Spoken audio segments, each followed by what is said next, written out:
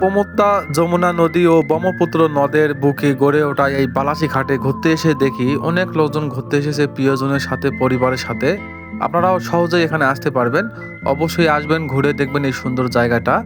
সামনে বিশাল নদী, আর এখানে আসলে অনেক ঘোড়ার গাড়ি দেখতে পারবেন, অনেক নৌকা দেখতে পারবেন, নৌকায় নদীতে ঘোরাঘুরি করতে পারবেন। এখানে বিভিন্ন ধরনের চর রয়েছে, ছোট বড়। আপনারা চাইলে সেই চরগুলোতে যে ঘুরতে পারবেন। এখন আমরাও একটা নৌকা ভাড়া করে ওই চরে যাব, আর এখানকার চরের মানুষের জীবনযাপনগুলো দেখব, আপনাদের দেখাবো। অবশ্যই প্রতিটা পর্বই দেখবেন, আশা করি আপনাদের ভালো লাগবে। আর এটি হচ্ছে বালাসীঘাট, যার অবস্থান বাংলাদেশের উত্তরবঙ্গের গাইবান্ধা জেলার ফুলছড়ি উপজেলায়।